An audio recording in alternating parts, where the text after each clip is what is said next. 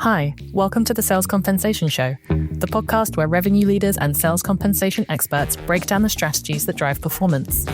At Former AI, we recently hosted RevOps Kickoff 2025, a digital conference designed for revenue operations leaders, covering the most pressing challenges in GTM alignment and strategy. The response was incredible, and we didn't want these valuable discussions to be locked away in a one-time event. So we're interrupting our regular programming to bring you special episodes of our show, featuring the RevOps Kickoff live panels. Different from our usual one-on-one deep dives, these episodes capture live panel discussions with top RevOps executives and industry leaders, tackling the most critical revenue challenges together. The second in our series of RevOps Kickoff panels was all about positioning RevOps as the backbone of your GTM strategy. Our speakers covered how to amplify and elevate the impact of the RevOps function. Listen in as Matthew Volm, founder of the RevOps Co-op, our partner for this event, sits down with Olga Traskova, the VP of Revenue Operations at Birdeye, Jessica Cow, the Senior Director of Marketing Operations at Martech, previously at Cloudinary, Alana Kadden Ballon, the VP of Revenue Operations at Sprout Social, and Erin O'Leary, the VP of Revenue Operations and Enablement from Bottomline.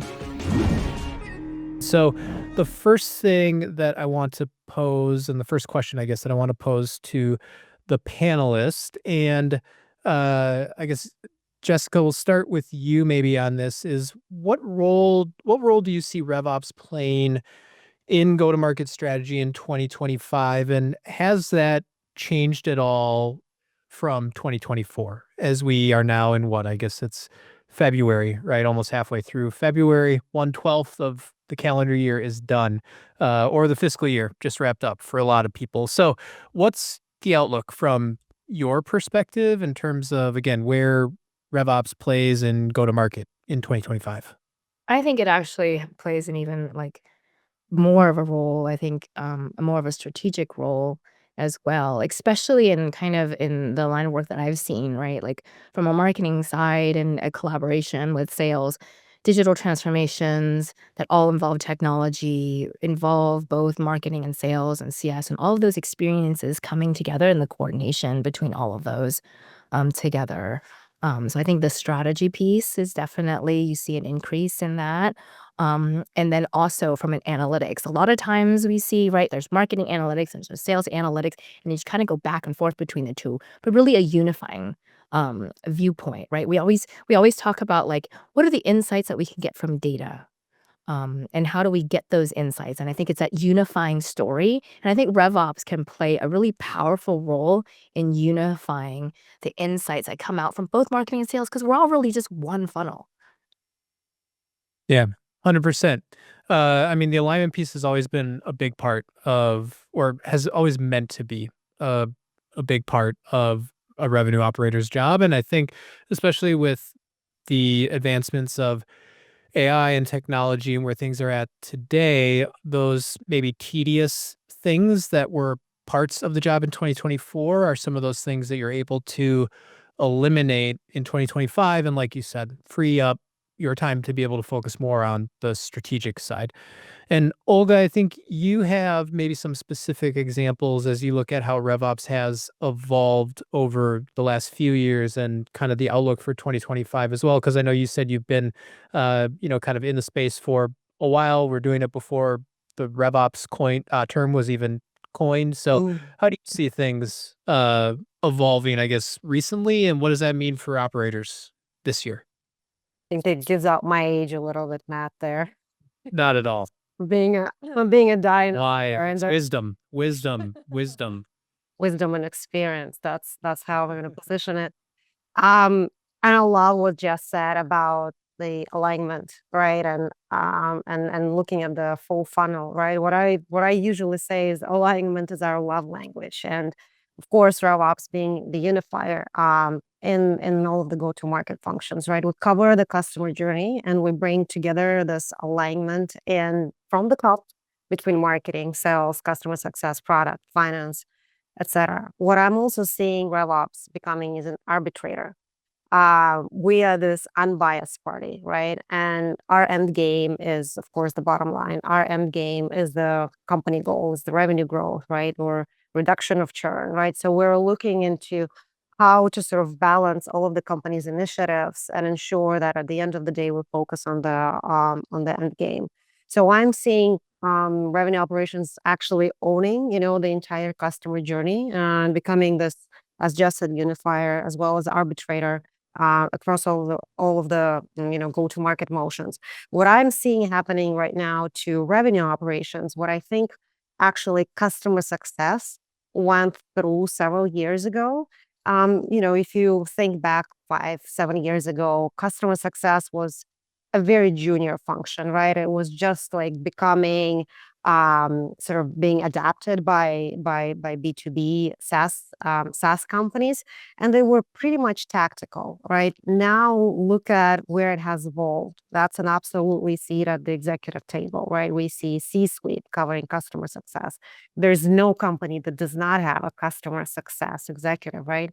I'm seeing RevOps like sort of going down the same path, following the same direction. We're evolving from just being like data managers, implement a CRM type of guys, right? To just like taking a bigger stage at the executive level. And I see RevOps going in that direction as well. Yeah. Yeah. 100%. And, Aaron, I guess, we got a question in the audience from Mason asking about how RevOps can truly go from tactical to strategic. And I know I have, I have some thoughts on that, but I'll ask you first, from your point of view, how would you answer that? How do you go, Olga just brought up the evolution that she's seen in other roles like customer success. How do we do that in RevOps? How do we make that, that shift, that evolution from tactical to strategic? Yeah, I agree with what Jessica and Olga had said. The word that came to mind for me was connectivity in terms of connecting everything across the entire customer life cycle, and using data to better connect, more deeply connect. And I would say the same thing comes to mind here as we use the data to connect back to the corporate strategy or to the go-to-market strategy. We have access to all of the data. It's a treasure trove. And so we need to use that to prove out the strategy and where we can build our plans for success against that strategy. Being able to look at, a bunch of tactics kind of make up the strategy, but how does that all come together and how does it connect? What do you need from your marketing team? What do you need from your sales team, from your CS team? What do you need from product? And how can we use our data to say that, right? One example I'll give, we're actually on a July fiscal year. So this is great timing because we're in the middle of we're embarking on our FY26 planning here. And one of the things that we're looking at is, how do we look at some of the sales plays that we had, which might be considered tactical, and where did we have successes so far this year, and where do we have gaps? And how's that going to inform our strategy for next year, and how we plan around that and shift our, teams and business as appropriate. So I think as long as you're connecting back to the corporate objectives in a way that is data driven, I think that that's just kind of the first step to be able to break down all of the different tactics back into that overall strategy. Yeah. Yeah. Focus on, like execution, right? Problem solving, not just maybe reporting out on the numbers or giving people the things that they ask for, but recognize when you see problems, propose solutions, ways that you can solve those. And to go back to one of the things that Olga mentioned on being kind of this arbiter, it reminded me, I did a podcast interview a couple of weeks ago with a RevOps leader who, it was around this whole topic of the fact that like your job within RevOps is not to eliminate tension, but it's to balance tension, meaning tension is a good thing. It should be had across different teams, different departments. That's how you really move things forward. And you don't want to just completely remove that or get rid of it, but it's your job to figure out how to balance that, right? How to do what's best for the business and move things forward. And so, Alana, one of the questions I actually have for you, because I think you mentioned you're 4 months in now to your new role, and so I'll ask the others this question as well. But as a revenue operator new into a company, what are those things that you recommend people do? What did did you do within your first 90, 120 days in order to, I don't know, help give you the lay of the land, figure out where to start, what those high priority problems are? Tell us a little bit about what you recommend folks do when they first step into a new RevOps role at a new company. Thank you. Absolutely. And I think it really connects to what um, Jessica, Olga, and Aaron just mentioned. It's like I think of RevOps as really being a driver of the strategy. So the first thing that I try to understand is like, what are our corporate objectives now? And because I came in very close to the end of a planning cycle, like, how are we as RevOps driving the corporate objectives and strategy for next year? And I think that even at larger companies, I certainly saw this at Wiz when we were very small, but even at Sprout that's more mature, a lot of times those initiatives are not aligned and defined across the business. And so I spent a lot of the first couple of months while I'm like getting up to speed on how the business is running and learning all of the processes in place, at simultaneously understanding what are we trying to do with the business over the next year and 3 to 5 years. And once you understand what the business is trying to do, that really helps clearly prioritize. Aaron talked about this connectivity, and I think of it as a daisy chain. It's like one of our initiatives, for example, for this year is to really focus on multi-product. And so we bridge that goal across functions. Someone asked about how do you align with finance? Like we bridge across finance, marketing, and product. What does that goal mean? And how do we then break that into initiatives per function so that when we're celebrating our success or we're reflecting on whether we didn't quite get to our goal, what were the pieces underneath that made it successful? So on my side, from a multi-product standpoint, that means putting in place segment and geographic level campaigns that make sense based on what the data's told us that we can relate, where we can penetrate those different products. And it means measuring success against that, as well as collaborating with marketing and product on future product launches so that we're really aligned when we launch something new and we're getting the biggest bang for the buck. And so that's really what I focused on. And it's paid dividends because there were, I think, a lot of projects that were on the list that sounded really important, but actually weren't in service to these broader goals. And they didn't kind of remove tech debt or make our reps more productive. And so I'm looking at how do we achieve our goals and how do we make sure that there's nothing standing in the way of our sales and success teams to achieve those goals. Yeah. And there's some dialogue in the chat right now about reporting structures and where RevOps should report to or maybe be most successful. So I guess, Alana, I'm curious, where does the RevOps team report up through at Sprout Social? So I report up through our CRO who owns sales and success. Um, it has, I think, been trendy to potentially move RevOps into CFO. I think that the conflict there is like, are you trying to be a revenue center or a cost center? Like, are you trying to control cost or drive revenue? And I think it takes a really unique CFO. That tension that people talked about kind of disappears if you put RevOps under the CFO. I think your comp plans end up getting a little bit more aligned to cost savings rather than performance enhancement, right? So I like finance to be a check on revenue. But I think if you put RevOps within finance, you kind of miss some of the big strategic unlock potential. Yeah. And uh, that makes a lot of sense to me. I agree with that. I will say there are certainly, like you said, there are CFOs out there who would do a great job of managing RevOps. So these things are not meant to say 100% of the time that this is the way that things should be. But to your point, CFOs, majority of finance leaders are trained to operate in a certain way. And a lot of times they don't have that direct experience with sales, marketing, success, your frontline customer facing people.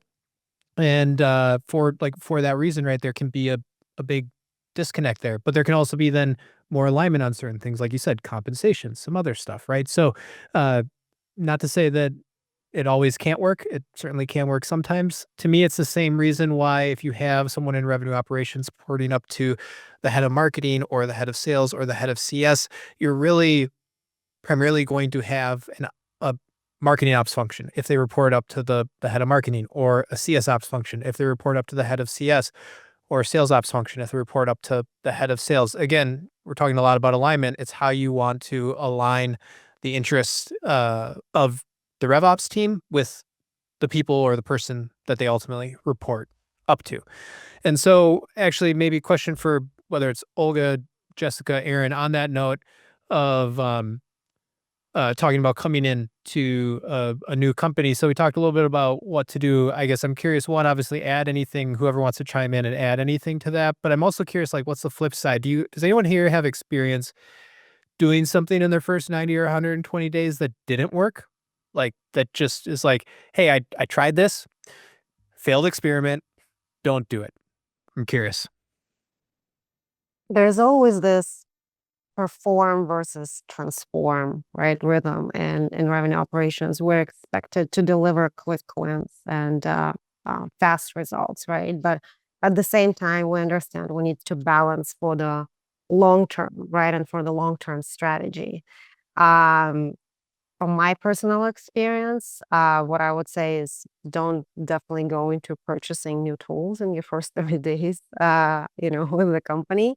It might be something that you were looking to get your hands on for a very long time. It might look like another shiny thing, right? But first assess the existing tech stack, the funnel, the metrics, the KPIs, the pains that the company is experiencing before jumping into commitments. But to me, it's about, okay, what quick wins we can deliver, fast at the same time working on the long-term strategy and maybe calibration of the tech stack or calibration of the processes. And for me to identify those quick wins, I would look into the funnels and I would look into the gaps within those funnels.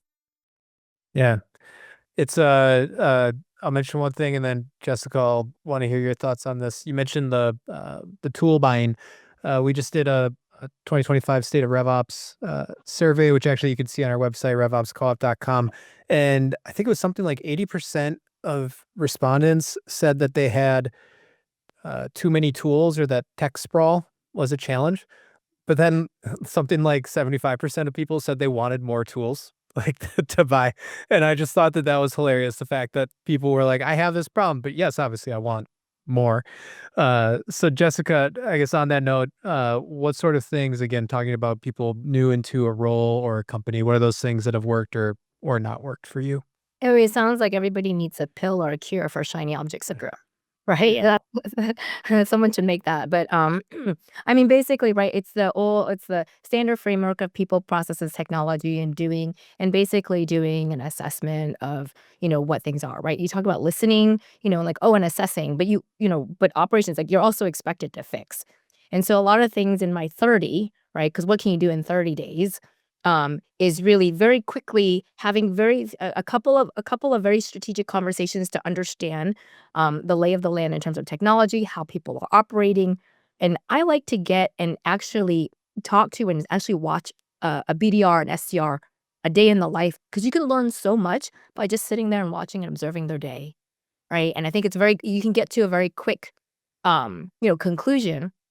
And then the other thing that I think is really important, we talked a lot about us being the glue, us being like the middle person, us being like, the ability to be, I always think of us as Switzerland in a lot of ways, right? Because we can actually go and see that, is what I call the universal translator. Because a lot of times when I come into a company, the C-level executives have been told, these shiny things like, oh, these things are working, but usually I'm the type of person to be like, okay, let me tell you how it really is, but be able to translate all this technical jargon to a C-level executive of like, hey, this is the current state. This is where best practices is.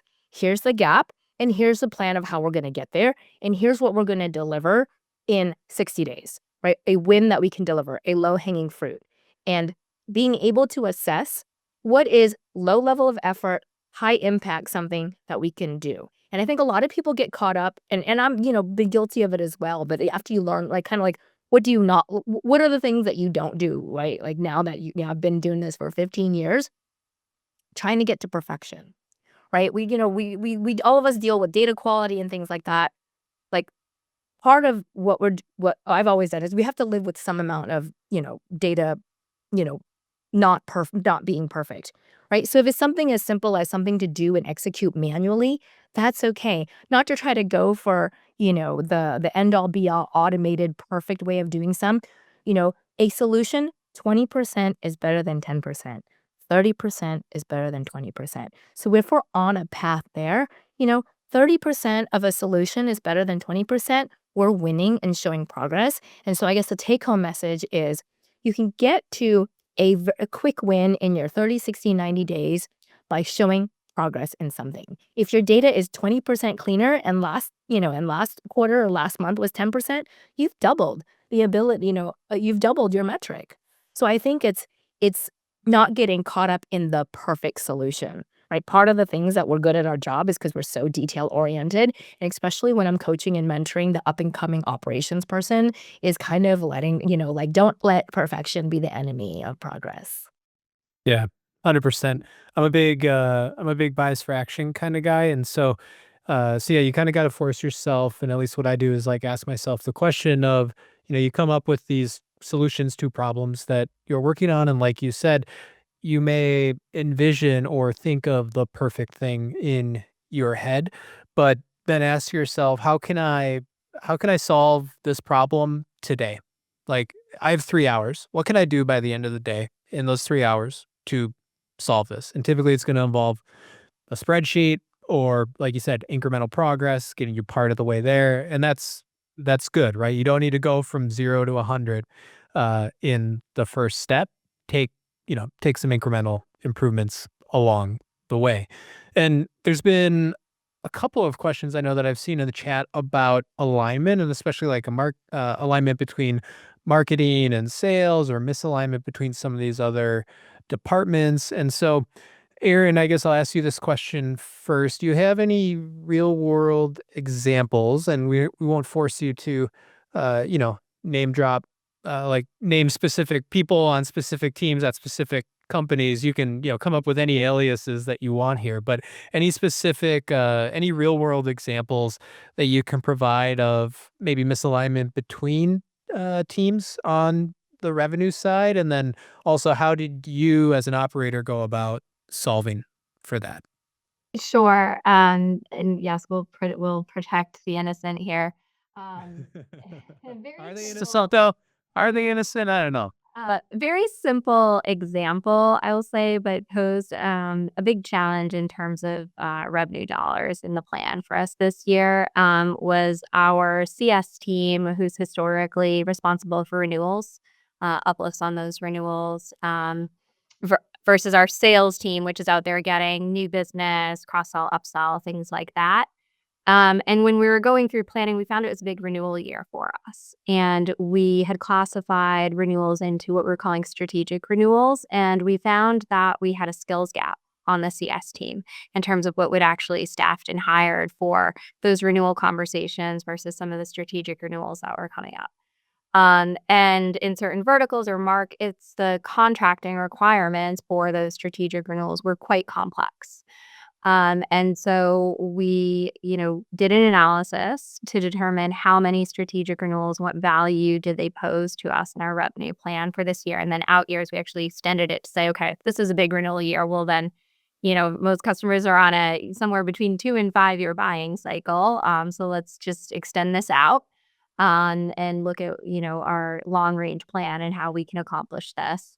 So the first thing we did kind of more tactically was look at our capacity on our sales team and our territories. And we shuffled the deck a little bit to shift territory assignments to be able to free up capacity without adding cost, without adding additional sellers, so that we could assign these strategic renewals to the sales team, take it out of CS. And then, of course, we aligned quota and comp plans accordingly so that we were driving the right behaviors and folks weren't incentivized to do new business versus renewal business. We quoted them and comped them just on the uplift for that. And everything kind of fell into place there. And then, working with HR to figure out how do we start to shift our organizational construct and our team members to start to up-level them and provide some training and enablement so that we could have a CS team that was staffed to be able to handle these as they come up next year and onward.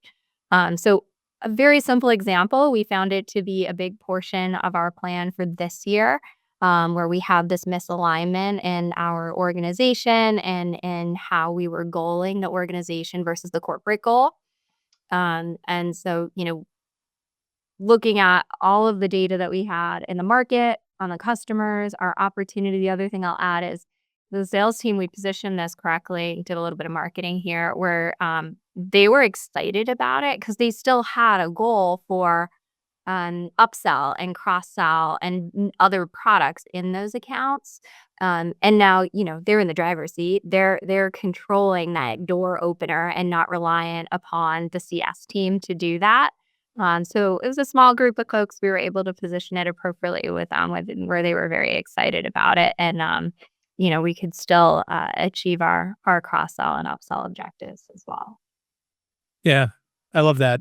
Clear, connect, like started with the problem, moved on to the solution, and clear outcome that you're driving on the revenue side. Olga, do you have any examples of misalignment that you're willing to share? Yeah, absolutely. And just to add to what Erin said, we went through a very similar exercise, but we also took a step further when looking at our strategic renewals. We also looked into the geographies, and we positioned our CSMs close to the accounts that they actually handle. So we went through some reassignments with the motion of actually, doing on-site visits, right, and conducting in-person QBRs, quarterly business reviews with the key customers. So, and that is helping us significantly to stay ahead of the renewals forecasting, right, and be more confident there. So glad to hear that we're sort of addressing we're after the same sort of challenges. Another challenge that I can talk about is again back to the alignment. And once you bring the word intelligence into data, this is where I think the key point of like transforming revenue operations from tactical to strategic, right? First of all, ensuring that we're all aligned in the sets of metrics that we're going after from the very top. Multiple times, several companies I have found that marketing would have one set of data, sales would have another set of data, finance has something else, right? So if we're saying we're after pipeline coverage, right? That's like one of the key metrics that we're after. We're after pipeline coverage. We're after, say, 3.x or 3x or 3.5x. What is this X exactly, right? So what are we after? After there's a management plan, there are quotas, there's some marketing goal as well, right? Aligning from there to ensure that everyone is going through after the same numbers. That's again, if you think about transitioning from tactical to strategic, like start from the foundation, and your quick wins could be there, alignment could be there, and just setting the same direction. Yeah. And Alana, I'm curious because you said, I think, within the first 30, 60, 90 days in your new role and some of the things that you were going through in understanding company objectives and then the different initiatives and things that you're going to do to impact those. What are some of the key metrics or KPIs that you're maybe reporting up on or reporting out on, maybe more correctly, either to the rest of the revenue team, to your leadership team, to truly understand the health of the revenue organization and progress towards some of these goals that we've been talking about? So what we try to provide is like a breakdown from the top level. And I think someone mentioned earlier, like capacity, right? So we sort of start with our booking goals and how we're doing against that booking goal. And we move backward towards, okay, how has our pipeline shifted? Are we closing enough big deals? Are deals taking longer? Or are they going faster? Are they bigger or smaller? Right? And looking at our trending conversion rates through the cycle, Then we move back towards, are we creating enough pipeline? And we're looking at how that pipeline is converting, but like, are we creating a pipeline? What does that look like by source, by our segments and by our geographies? And then before that, do we have enough people in seat to even create that pipeline? And so all of those together, like that holistic picture really helps you see where we're achieving and not achieving. We also look at our AE participation rate and our overall productivity to really get a sense of like what is contributing to our success. And a marketing leader who's now a CEO, Ryan Carlson, who I love, always said you have to slice the watermelon because you might go through a quarter where it looks green on the outside. When you dig into it, parts of your business are a little bit weaker. And so you really want to figure out like all the time, even if we're having a great quarter or a great month, I'm constantly looking at all of the behaviors across that chain, including activity, to see where I think we have potential early warning signs that we want to get on top of with new campaigns. Yep. Yep. No, that makes sense. And yeah, I guess here's raise of hands from the panelists if you've ever been in a RevOps role at a company where they've dished out like the revenue target for the quarter or the year, and you look at it and you're like, okay, well, if I was going to hit that, I would have needed this much more pipeline 2 months ago, and I would have needed X number more SDRs, BDRs, AEs, marketing budget 6 months ago to even be able to get there, right? It's like, yeah, like, so it's one thing to dish out a number. It's the job of the operator to say, here's how we get there. Or there is like, you want that to be the number? Sure, go ahead. But like, we're already, not going to hit that. So just be aware of that. So yeah, inputs, outputs. And Aaron, actually a question for you, because there's two, and I know Alana answered this in the chat. So I guess my first question, because you have enablement in your job title, is someone asked, should enablement be part of the RevOps function, or should it be separate? I think, like many things, it really depends. It depends on the maturity of the go-to-market organization, of the company, and your objectives. I've always looked at it as two sides of the same coin. Usually just hired a new leader for sales enablement, and she was very thrilled that we were part of the same team. She doesn't have to go searching for the data to help inform her strategy. So I think it really just depends. I've also been in organizations where we split it out and enablement has sat under marketing or under pre-sales or under CS. Depends on how the organization is shaped, and what your objectives are. I think being really clear around what your enablement objectives and scope is really what matters more so than where it sits. One thing I'll just to add on to what you were saying before is having a conversation yesterday with our executive leadership team around how we're going to build a plan and what metrics matter for next year.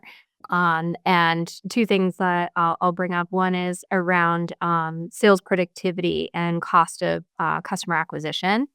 So that's something that we're often looking at in addition to sales productivity, in addition to capacity on a monthly basis. And then from an enablement perspective, what investments are we making to make the plan reality? We can make the plan whatever we want the plan to be. We can slice the data or slice the watermelon. I love that analogy, Alana. However we want. It's what is our confidence and ability to execute on that. And that's really where the ops and what the data is telling you, and then the enablement to make it a reality come together. And another example, we're going to have a bigger focus next year on cross-sell into some of our existing accounts. And today, a lot of our sales, we've got some kind of specialist sales teams. They just grew up that way through various acquisitions where they're more comfortable selling one product versus another. How do we start to sell the whole solution? And how do we start to become more solution sellers? We need some things from product, but also we need enablement. We can't just give them a quota and a territory and expect that they're going to hit it. So starting to bring in some of these enablement metrics as well and activity metrics to tie, have you done your enablement, to how is that translating in your funnel which is a better leading indicator as to, oh, I missed my forecast or I missed my quota attainment. Yeah. So Yeah. I think for us, it makes sense, given where we're at as an organization, to have ops and enablement under the same umbrella. But it really just depends on what the company is trying to achieve. Yeah. And Jessica, from a marketing ops perspective, especially, Cloudflare, a larger kind of enterprise sort of company, we're talking about analytics and KPIs before. And you brought these up, actually you brought this up at the beginning, right? As kind of joining, it's not, it's data, it's analytics, it's not sales analytics versus marketing analytics. But from your perspective, then, marketing ops, Cloudflare, large sort of enterprise company, what are some of the KPIs, analytics that you and your team are kind of focused on that are helping to drive the business and the performance of the business forward? Yeah, I mean, I think from a from a marketing perspective, all of us are care about the full funnel one, but from the marketing side, we bring it up a little bit, more so from the beginning of the top of funnel, right? Because kind of what you say, if you don't feed the things from the top of the funnel, if you don't look at the engagements that are coming in from the website or signups, product signups, marketing engagements, if there's no fish in the pond, there's no fish to move down the funnel, right? So you got to make sure you have enough fish in the pond in order to keep the BDRs and the SDRs fed. So we're constantly for any company, we're really looking at, right, from a marketing side, engagements, people coming to the website, net new people, existing people, number of engagements, and then both from a volume and quality of MQLs, so that we are constantly in lockstep with the BDR and BDR operations on a weekly basis to say, hey, is there a spike? Is there a dip? So we can actually get ahead of those types of trends.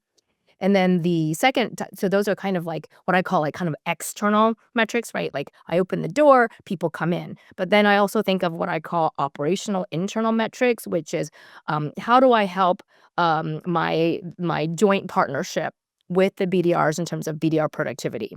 How can I consistently highlight, add higher quality leads and remove the things that don't convert, so that we constantly have this dialogue with the inside sales team, with the BDR team, just to really react and respond to, hey, we consistently see this trend, like these leads don't convert. So how do we remove them or slow them down or basically use data? So I've done like lead propensity modeling. So we have multiple different indicators that we give to the inside sales team, such as both lead scoring, which is what I call that external, right? Like what the prospect or the customer does, and then internal, which is our internal lead propensity modeling, which is looking at, we predict based on lookalike modeling, these people, these company, these accounts are more likely to buy this product or to book a meeting or to be on a closed won opportunity. So you kind of combine all of that insights to increase the BDR productivity, and all that kind of becomes that flywheel to feed, all of the metrics that Alana and Aaron and Olga have been talking about. So, just representing the marketing is top of the funnel here. Yeah. Yeah. Quantity plus quality, very, very important. And I know we've been talking a lot about this, RevOps as being the backbone of your go-to-market strategy. There's been several questions. We've talked about helping, how in RevOps you can move from kind of tactical to strategic. There was a question in the chat about AI and specifically some AI use cases for RevOps. And so I'm going to kind of go around and ask you all for your top kind of AI recommendation for people in RevOps. Before I do that, though, I'll just say I think actually RevOps, again, we're talking a lot about the shift from tactical to strategic, and I think revenue operators are in a very unique place with AI and AI technology coming into the market today to really own the AI aspect of revenue generation. Because if you think about you as a revenue operator, you are sitting at the intersection of people, process, and technology. And so to go back to what we were talking about before, you understand the inputs that are needed to drive the outputs that the business ultimately wants in revenue growth, customer retention, all of those things. And so you are the perfect person or the perfect team to own any of those AI initiatives at your company that are going to be related to revenue generation. And if you think of revenue, that is most likely the single most important metric, top line, on your financial statement, right, for a reason.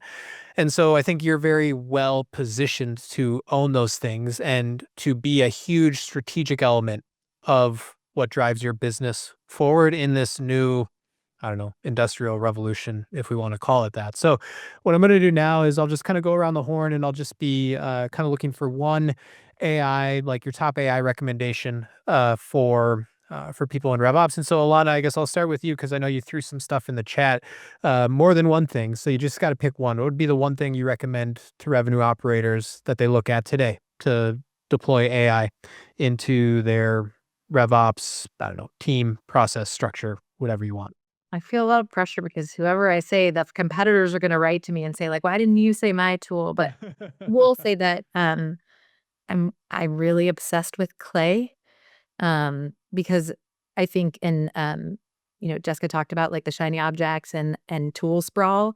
Like there's so many revenue operations tools, and the thing that's pretty incredible now is you see some of that consolidation, right? Like we moved a ton of our users into Gong from prior platforms and are seeing a huge uplift there with Gong Engage. And I think you're going to start to see like prospecting and forecasting and sales coaching platforms all converge. So definitely a big shout out to Gong. They've been fantastic, but I really have seen with Clay the ability to do a lot of things that go beyond like data quality, messaging creation, targeting, profiling. So I see a potential for both of those tools to replace 5 or 6 other tools. Yeah. Yeah, I'm a big Clay fan as well. I mean, the other day I was in there, especially like data enrichment is a huge use case. So for example, I think within 30 seconds, I built a Clay table that enriched like 9,000 company records I had in my CRM with employee size, revenue range, and NAICS and SIC industry from HG Insights. And so like you could run all these data waterfalls, all this stuff. It's great. So yeah, big fan of Clay as well. Olga, I'll go to you next. And it doesn't have to be like tool specific either. It can be like a problem that you should apply AI to, or that anyone can apply AI to. What would be your recommendation? No, for sure. There's so many AI tools right now out there, and I bet, Matt, those 75% of respondents that said that they're looking for a new tool, they were looking for AI, right? That's another big shiny thing that we're all after, and I think it has to correspond to the problem that you're trying to solve. I don't want to end up in another AI tool for taking 5 years, right? So what are you after? Are you after the forecasting accuracy? Are you after deal qualifications and account summaries, or listening to calls that your BDRs and Es are handling, right? So pick the pain and solve the pain with a corresponding AI tool, because I'm pretty sure there's one on the market. I'm after the forecasting accuracy, and when I start sort of like peeling the onions, right? Not slicing the watermelon, but if I peel the onion, the forecasting accuracy comes down to my confidence in the deals, right? And in the pipeline. So I want to inspect the deals. So I'm looking at the AI tools that help me understand and score deal accuracy. Yeah, that's awesome. All right, so we've got, I don't know, call it data or maybe a general AI tool. We've got deal inspection. Jessica, what about you?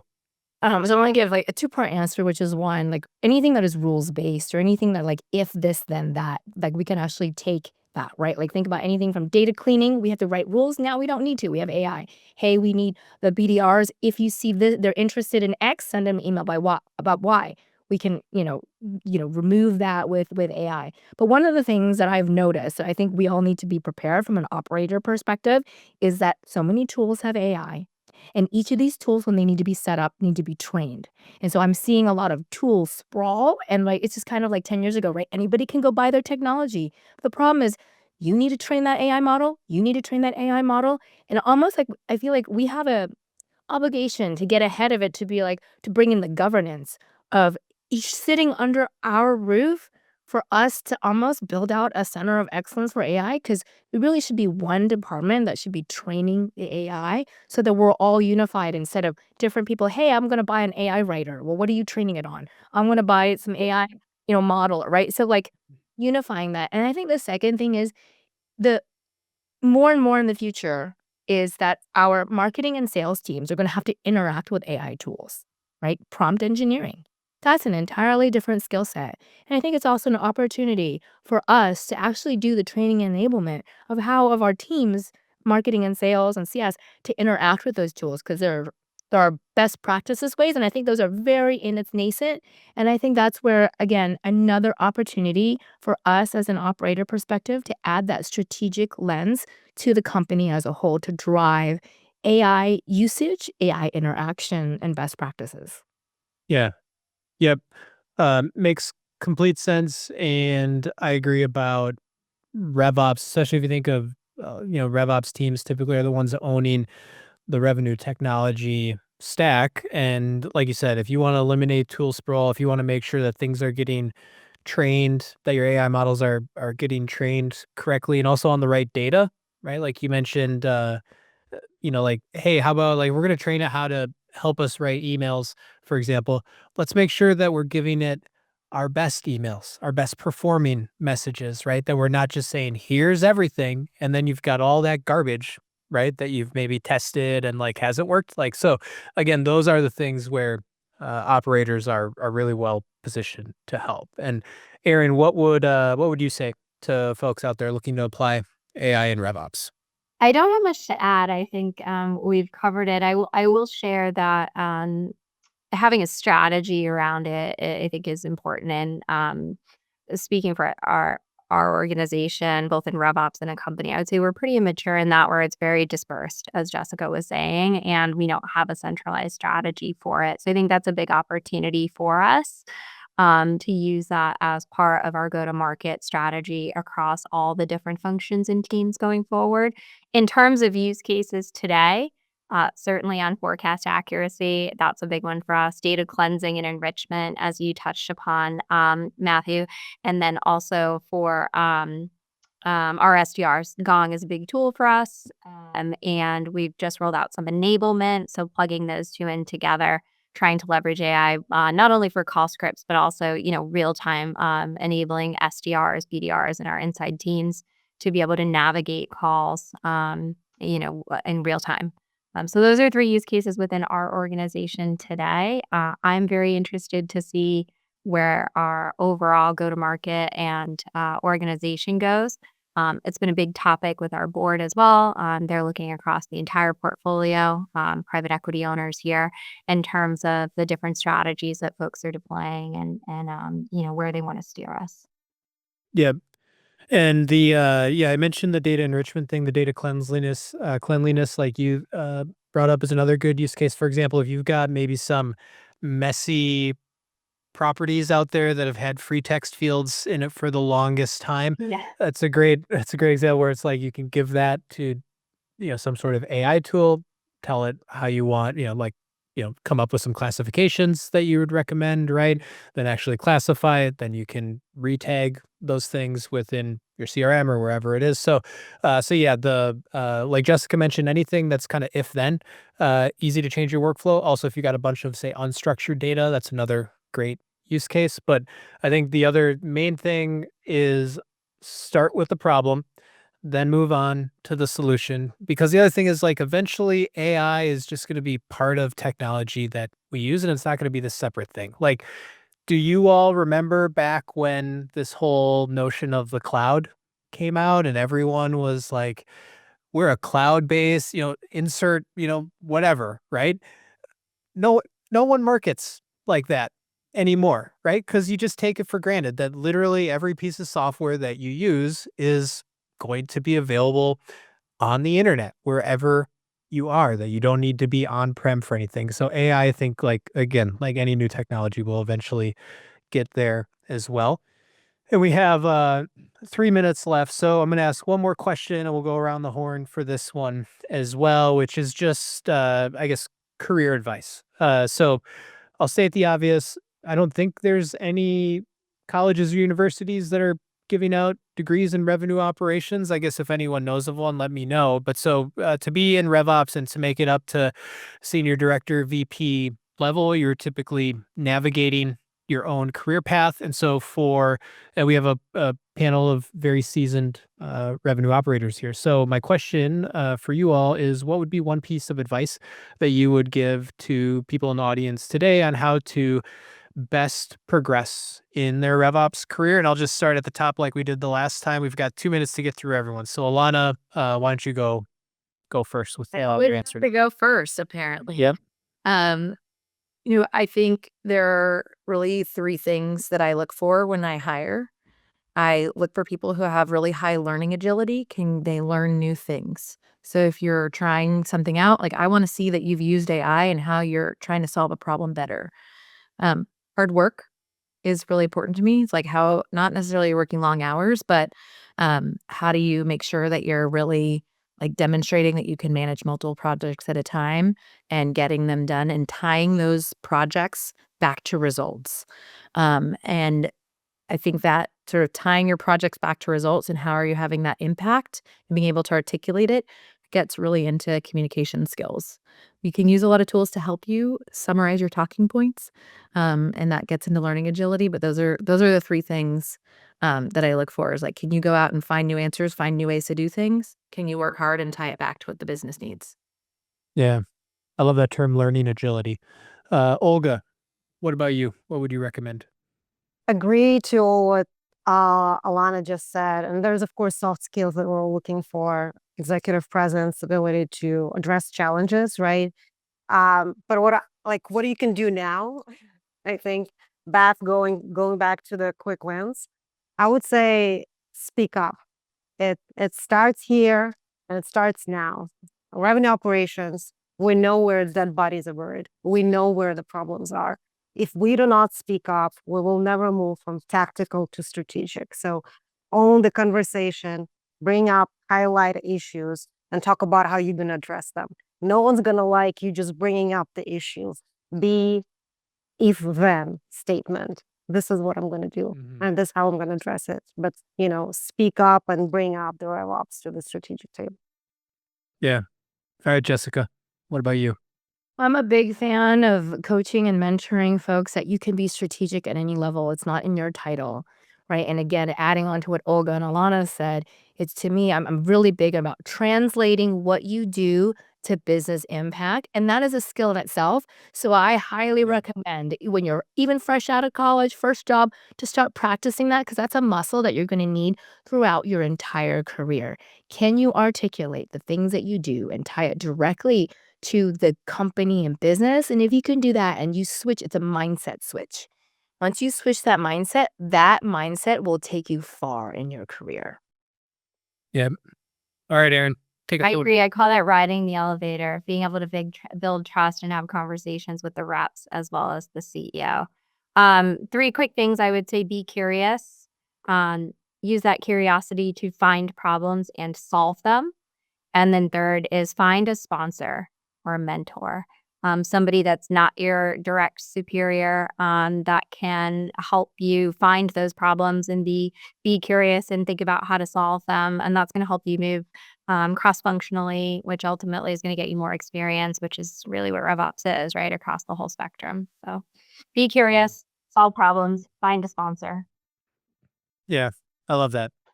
All right, y'all. Well, to our panelists, Alana, Olga, Jessica, Aaron, thank you very much for dropping some knowledge on the crew today. And for all the attendees that are still out there, that's all we got for you. I kept you a couple minutes past the hour, so apologies for that, but I'll let you all run. Have a good rest of your Tuesday, and we'll see you on the flip side. So take care, everybody. The Sales Compensation Show is brought to you by Forma AI, the sales performance management platform that fully integrates sales planning with rapid, scalable incentive compensation management. Our data platform brings together how you can plan and manage the entire lifecycle of territories, quotas, and incentives. With global customers like Autodesk, Stryker, and Hootsuite, we enable go-to-market teams to plan and deploy even the most complex SPM strategies at speed, taking you from idea to execution instantly. To learn more about Forma AI, visit our website at forma.ai. hit the subscribe button and find more episodes of the show on Apple Podcasts, Spotify, and YouTube. Thanks for tuning in.